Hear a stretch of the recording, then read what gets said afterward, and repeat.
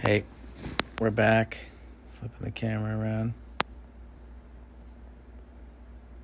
Oh, here I am. I'm sorry about this. We keep freezing up here. Again, it's just the bad time of day here in Los Angeles for internet. We're gonna get my brother back on here. I'd love to answer some questions on the screen, but my screen keeps freezing up, so I'm not getting a feed. Hey, Anth, what's going on? Hey, we are, yeah, you know, it's strange watching this movie in the coronavirus, in the time of coronavirus. Feels like, Yeah, we've all experienced this global crisis. Um, I think about this movie a lot when I'm walking around the empty streets uh, around my house. But I was talking, I don't know when I dropped off, but I was talking about the special relationship between these two characters that Joe and I have found so valuable and exciting ever since Winter Soldier, and just the sense that these two characters are so different from one another. Um, Cap being so straightforward and honest, and sort of integrity being such an important thing to him, and Black Widow, sort of everything being based on duplicity and spying and the relativity of truth. And there's a very fun dichotomy, and their friendship is an unlikely one within those two different points of view, and that's why I think it's been really valuable and fun to track dramatically through all of the films. I'm looking at. I'm trying to find a question here. Great Somebody question. said they want to see a movie about Cap returning the stones. I want to Yes, see that movie too. that would be a hard movie to write. You better get Marcus and McFeely on that. That would be. Uh, Watching Scott explain quantum physics is so much fun. Yes, it is. I mean, again, the other great, like Paul Rudd is a secret weapon in a lot of ways. One of which is his ability to convey uh, um, plot or information, which can typically be tedious. He makes it very funny and entertaining, so that he catches us up on the high concept of the movie in a way that you're laughing. So that one, you're laughing, so you're entertained. Two, you're going to remember it because it's entertaining. Which is, it's what we always find. It's really hard when you're giving actors plot. It seems to be when they go up on their lines the most because they're not connected. Sort of um, it can be jibber jabber because it's like technical words or made up technical words, and so they don't have a frame of reference for it, and they tend to forget those lines when they're explaining things, which for us just signals the sort of banality of having to convey plot to an audience. So we try to find ways to do it that add that extra layer, that are more entertaining, where the scene is doing more than just conveying plot. There's character coming out of it. There's relationship coming out of it. And here we are. This was a property about 40 minutes outside of Atlanta. This is a very cool log cabin that we found, and a few hundred yards away from where we shot this was the Battle of Wakanda. It was actually shot on the same property Yeah. for So you have Infinity War. both. You can find everything from the Catskills to Wakanda on And, this ranch outside of Atlanta. and we built. There was a man-made river that we built. Uh, that was amazing. I think that was probably the most incredible piece of engineering we'd ever seen on one of our sets. Was this man-made river that our production team built, that had its own pumps and could create a current. Many times we thought about getting an inner tube and floating down it.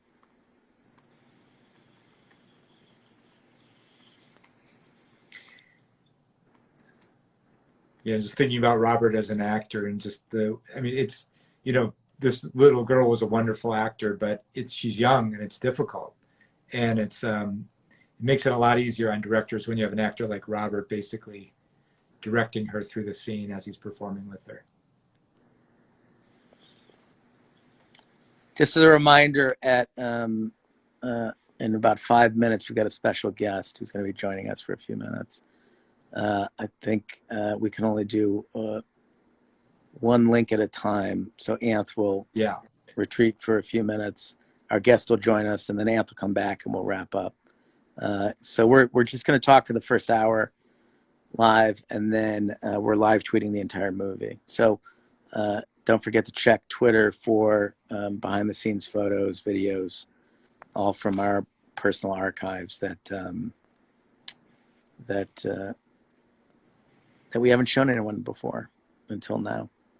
It's very nostalgic going through them because this was years of our lives working on all 4 Marvel films. Yeah, but this was, I think we all had a lot of fun conjuring Tony Stark, Tony Stark, who had walking away from being Tony Stark and trying to find a new life. Yeah. Someone just asked. Oh, sorry. Go ahead, Anth. I was just going to say, because his memory of the old one was so painful. But anyway, what's the question? On a lighter note, someone just asked us, did we have multiple PB&J sandwiches for Scarlett during that scene? I think, yeah, I think she ate like 7 sandwiches. She does. And I remember maybe a few takes in, Scarlett saying, can we not put any peanut butter in the sandwich anymore? It was getting hard for her to talk after a while. Traditionally, we have what is called a spit bucket, right? If you're working on a scene for 2 or 3 hours and you're actually eating in the scene, you could end up eating like 7 meals over the course of, shooting a scene. So what we'll do is if an actor doesn't want to do that, there's a little bucket that they can have next to them where they're chewing the food, and then you can spit out what they're chewing into the bucket, so they don't have to have, Scarlett didn't have to eat 14 peanut butter and jelly sandwiches, which would certainly affect her performance. It's especially challenging when you're dealing with actors who are playing superheroes who have the physical fitness of Olympic athletes, and the actors have to work extremely hard and have an extremely focused training regime in order to physically embody these roles. Yeah. Someone just asked, and this might be our last question before we get our guest on, but do we have any plans to do any future Marvel movies? And, we've said it before and we'll say again, we adore Kevin and Lou and Victoria at Marvel. We had an amazing experience, both creatively, emotionally, and we count everyone there as dear friends. So we're always looking for something to do together. It's just a question of timing and when you find the right material. All right, Anth, I think we're going to let you go for a minute here. All right. I will see you guys in a bit. Okay. Enjoy. We'll grab you back. All right.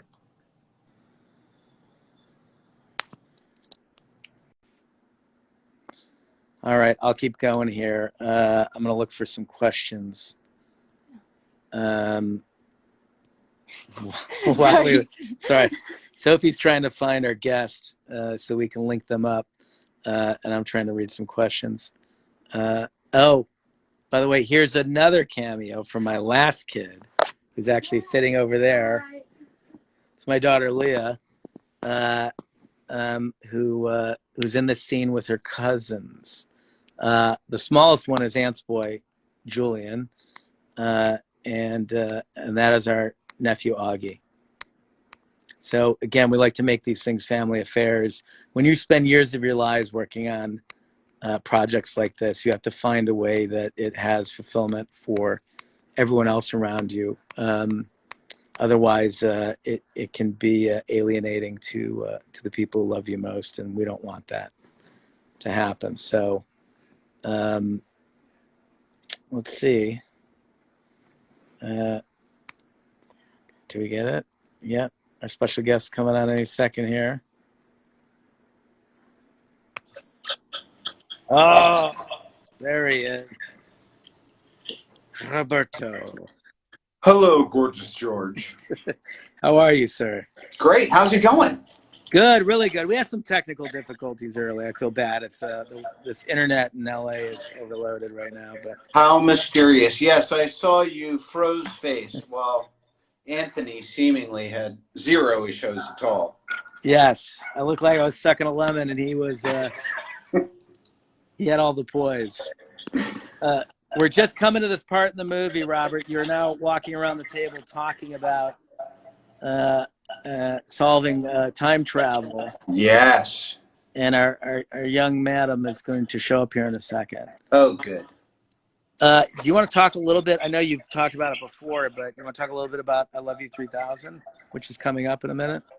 Yeah. Well, I mean, first of all, I love how this scene, it was just something that was on the call sheet when he figures out time travel. And at that point in the shoot, we were all just like, yeah, that's easy. Something will come Yeah. up on the screen. I'll do a thing or whatever. But I Yeah. thought that was a lovely scene. And without that scene, the Love You 3000 one kind of wouldn't be as poignant. Right. And this is an improv, I Love You 3000, right? Or something you recommended for the script. It might have been in one of our Sunday sessions. Yeah, I just know it was something that I think my now 8-year-old used to say to me, and a lot of Yep. kids say it. It's before they can quantify love, they just think of the biggest number they know, and it's usually like 2,000 or 3,000 and whatever. And it turned out to be really significant. But all the stuff in this movie was about us really starting to bring our own experience these many years into these characters and the epic sojourn. Well, we always talk about that, having emotional ownership over what you're working on. The more emotion you bring to it, then the more it resonates with you as a performer or an artist or creative working on it. You do better work because you're connected to it. Probably, yeah. You And know? look, after 20 plus movies, the audience, our cast and crew, the whole planet was kind of in this resonance with each other, and it was all leading up to this finale. That's right. So I mean, I remember it so fondly. We were definitely, as you were saying, looking to stick the landing, and this was just one of those days that felt like just another day in the shoot. But we know when there's important days, you're like, all right, this one kind of has to work, or Act 3 isn't as meaningful. Right.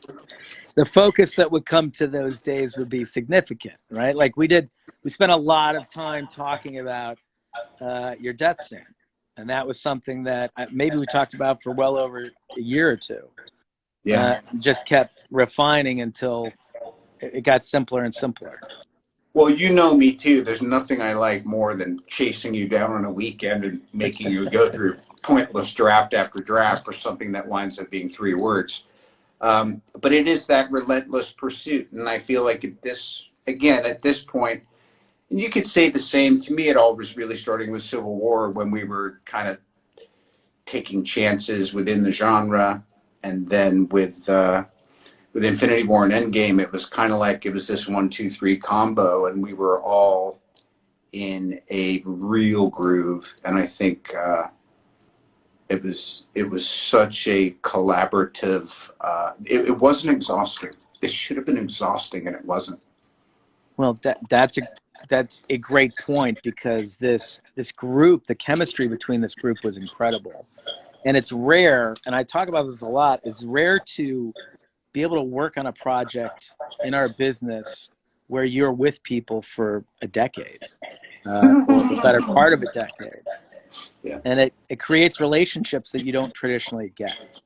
Yes, it creates a kind of relationship where I give myself a little haircut, because I know you asked if I would do this today. And I was looking all over the house for where to go. I'm in the bathroom, and it's balancing on a toilet seat right now, because I was looking for an appropriate frame to match your lovely gray background. My background, I didn't put a ton of thought into this one. I was upstairs. It's like you said, though. Yeah, it was that desire. We all wanted to get in where we fit in. We all wanted to make you proud. We all wanted Kevin to know that we understood the gravity of what we were doing. And even though we're effing around half the time, I'd say 49% of the time, this was a real quality 51%. Yeah, we would certainly lock in. And there were many conversations had when, like you said, when you would lock in. There were lunches, there were Sundays, This is it's a 24/7 commitment Yeah. for a year straight Yeah. to pull it off, because the clock is ticking constantly. Oh, come And on, dude. And look, at this point in the shoot, as is well documented, you and your dear brother were, I mean, it was like doing a push-up contest after a marathon. yeah, And there's something about that when you lead from the front, the way you two did, you're kind of like, well, you know, then I got to be working weekends and I got to put my best foot forward too. So again, I commend you. It's why we stayed so close to this day. It's why I love your family. It's why I'm talking to you, whether we got business to do or not, because we've forged that bond. well, same, sir. Right. Thanks. And that's that. Is that a good spot to end it? Whatever you want. Yeah. I mean, And how long do you want to hang out for? I'll keep you here forever. until someone needs to use this toilet. All right, good. I've got you. That was Yeah, a well, very let's say touching. 5 more minutes. You know me. I like to offer the world and then start creating boundaries. And then dial it back. That was a very touching speech, by the way. And it is true. It's like we all know you have one shot at this. And I think we all know how fortunate we were to be working on something that had this kind of attention and and could pull audiences the way that these projects did. And I know I sent you some of the clips early on of audiences reacting Oh, to the moments in the yes. movie. And it's just so rare to be part of something like that, where a theater is almost behaving like a rock concert. Oh, yeah. And look, I mean, speaking of cultural stuff, not to drop names, but I was talking to Paul Thomas Anderson the other day, and I think he said that he was going back and YouTubing early screening audience reactions to this just because he wanted to remind himself of the power of cinema. And this is arguably, one of our greatest American filmmakers ever. So it was one of those things that continues to really, it transcends taste and just becomes this thing that we all know is super significant. And nowadays, I mean, this uniting against a common challenge thing, I mean, come on, it's become ridiculously poignant. Well, it's without question. I think that's the most significant aspect of it, is it's these stories of their ability to unite people globally, which is there's a rare amount of things that can do that aren't tragic. Yeah. Where are we at in the movie now? What scene is it? We are at, this is you here. I'm going to show you. Oh. Can you see it? Oh, man. Oh, man. Yeah. This was another one of those. I mean, there were a lot of days where we had to lock in on this one, right? Oh, yeah. To me, it was all about when you'd set up the shot and I said, no, I got to pass him and then back up. And you're like, all right, reframe. Yeah, you're right. We can't just do another Tony Stark pull-up. But again, I hand this one to Chris Evans. I hand it to Chris. It was all about him forgiving me for not forgiving him, so we can start getting ready to, who knows, maybe throw in the towel for whatever we got to do. And it wasn't just the idea of burying the hatchet. It was burying the hatchet and taking up the cross together. So it was a complex scene.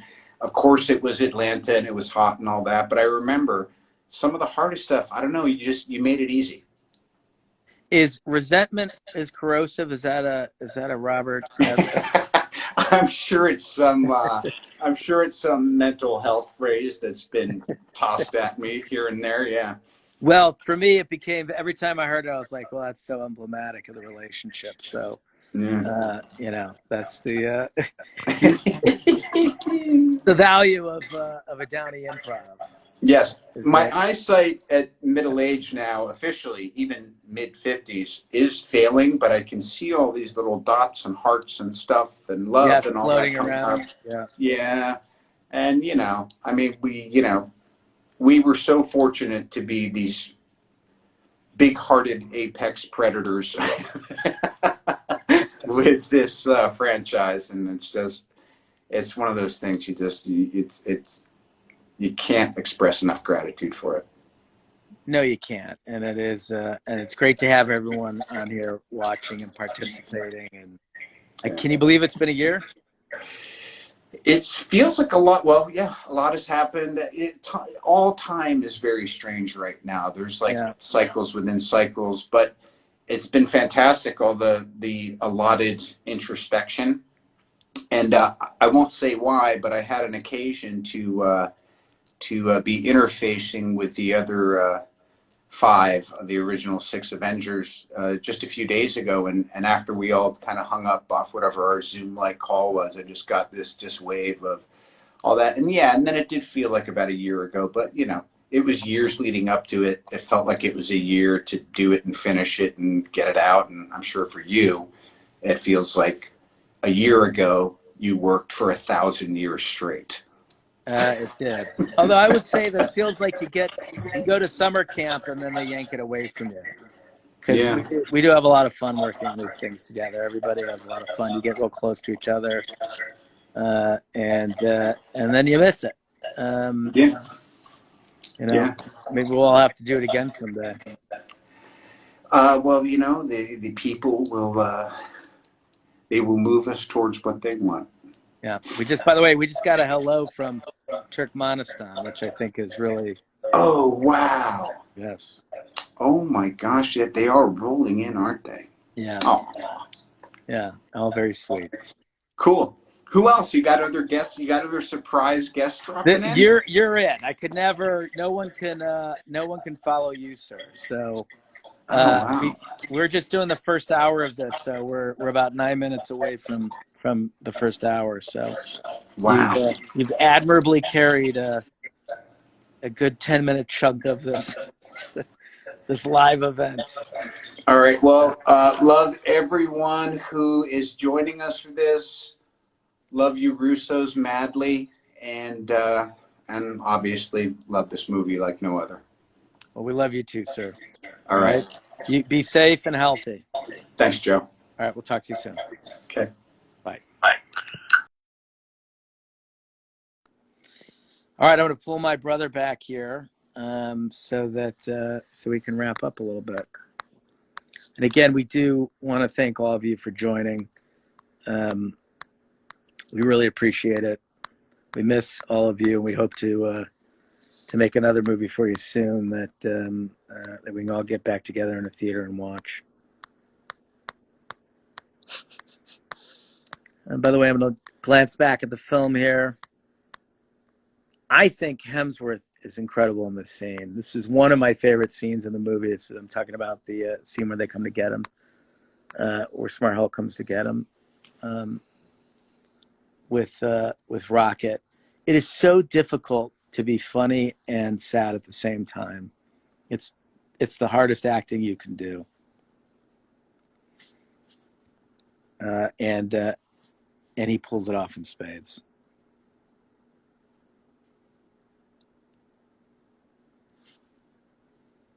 Except you want to try and grab Anthony again? Yeah. Trying to remember, I think Hemsworth has said, but the prosthetics he was wearing were like 30 pounds, 20, 30 pounds. Oh, hey, Anth. How are you? We're just talking about Hemsworth. Yeah. And how sublime he is. Yeah, he's playing this version of Thor. It was fun watching you and Robert talk. And what you're saying made me think of, I can't just the idea of getting back in the theaters with people is like a really strong desire. Maybe we'll have to do maybe we can have a special Endgame screening. That's a great idea. We'd love to, again, like just anything that, keeps us thinking towards the future and working hard to help everyone get past this and,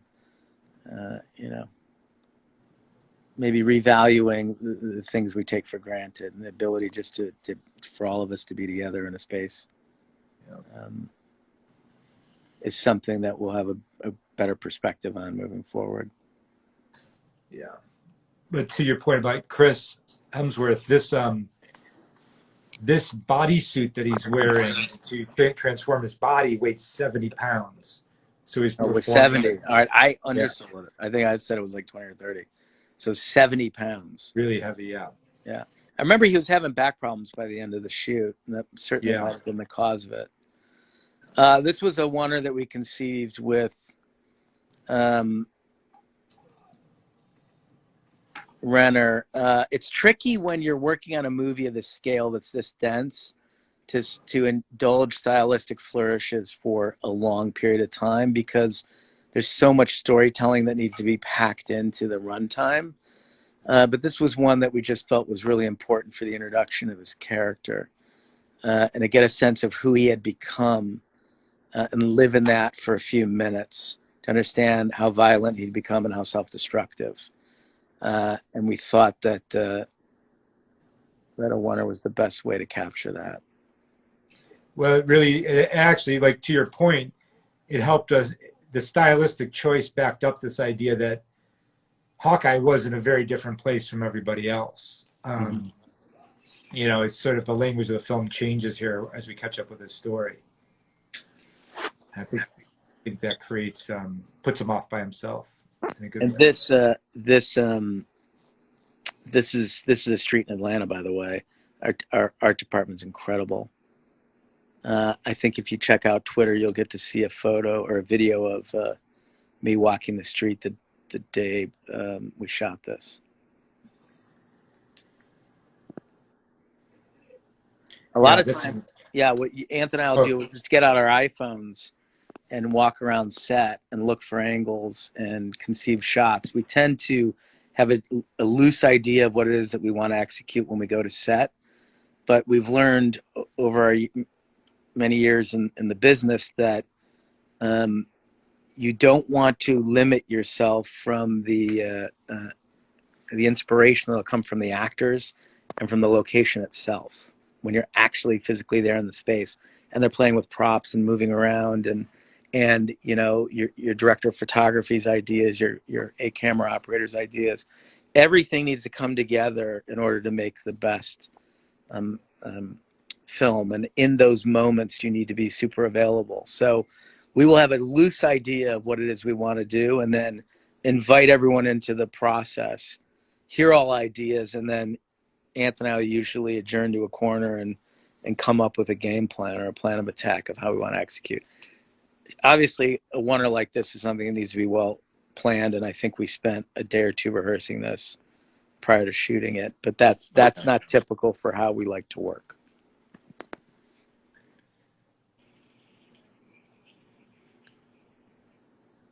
But it's a good testament to, like, everything you try to do, you know, everything requires a different method, and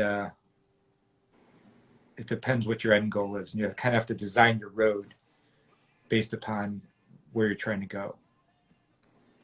And that Hemsworth walking with a beer, it's our favorite beer in Georgia, Creature Comforts. The crew was obsessed with it, so we had to sneak it into the movie. I was obsessed with it.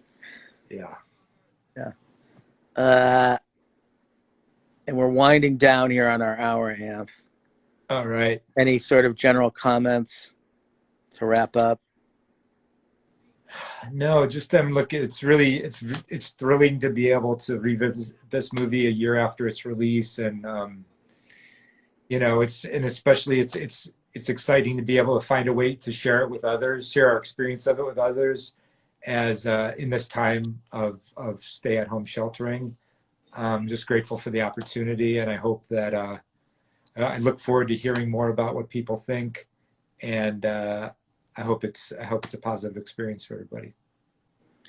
Well, we miss you all, and we hope that everyone stays safe and healthy, and we really look forward to seeing everyone soon, and hopefully with our next movie, Cherry, which stars Tom Holland, that we're in post on right now.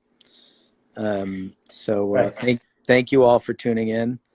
And yeah, what was that? Sorry, Joe. I was going to say, by the way, while you're giving that very heartfelt,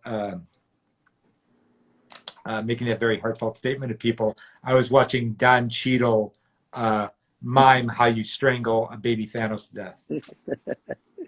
Perfect. By the way, I don't know if anyone is watching Don's show on Showtime, but it is goddamn hilarious, and Don is a comic genius. who improvises quite a number of his jokes. Again, that's like being available on set with the people, with the talent you're working with, and allowing them the room to create. But thank you all again. We love you 3000.